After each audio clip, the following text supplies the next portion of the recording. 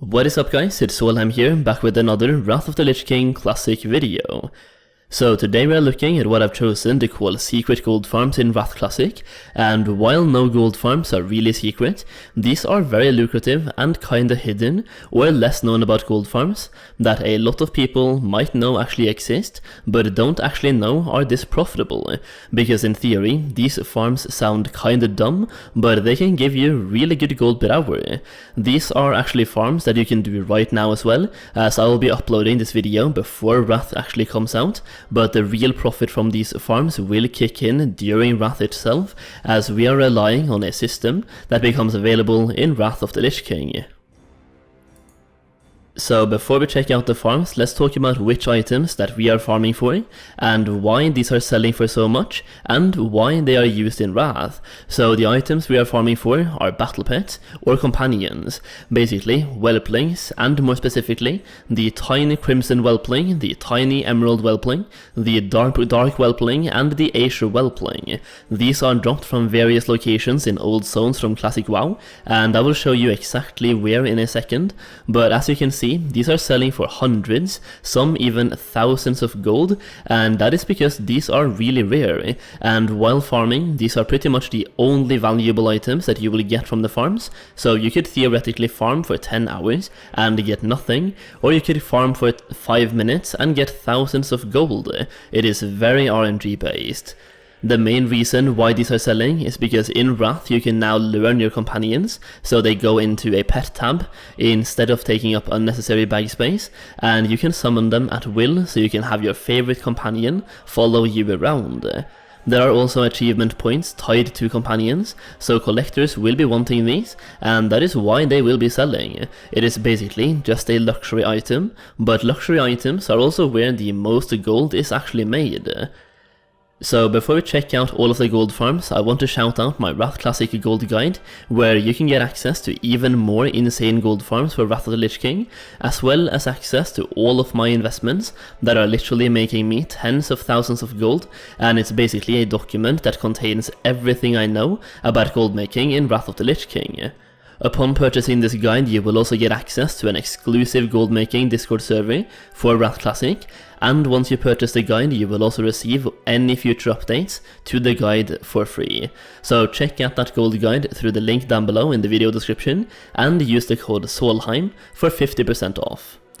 Now let's check out the farms. Farm number 1 takes place in the Swamp of Sorrows, all the way southwest, basically at the entrance to the Swamp of Sorrows from Deadwind Pass. Over here you will find the emerald whelplings scattered around the lake, and these bad boys have a chance to drop the tiny emerald whelpling companion, which is the most expensive of the whelpling companions. One of the main reasons why this is the most expensive versions of the whelplings is because it can only be farmed at this location, and if you're farming here at level 70 or level 80, you will kill the whelplings way faster than they respawn, which means that you have to expect a lot of downtime.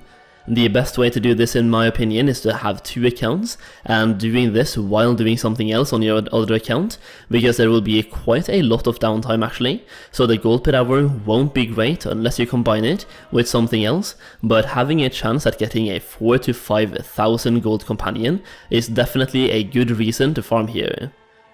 Now farm number 2 takes place in Badlands, and you are farming for the dark whelpling companion. This is probably the cheapest of all the companion pets, as this is also the easiest one to farm, so you can farm it in 2 different locations that are right next to each other. So you can clean out location 1, then go over to location 2, and when you've cleaned out that location, you can go back to location number 1. A really easy and fun gold farm, but once again, the only item you are looking for is the dark whelpling. You might get some greens here and there that will give you some scraps through vending, but the real profit is the dark whelpling.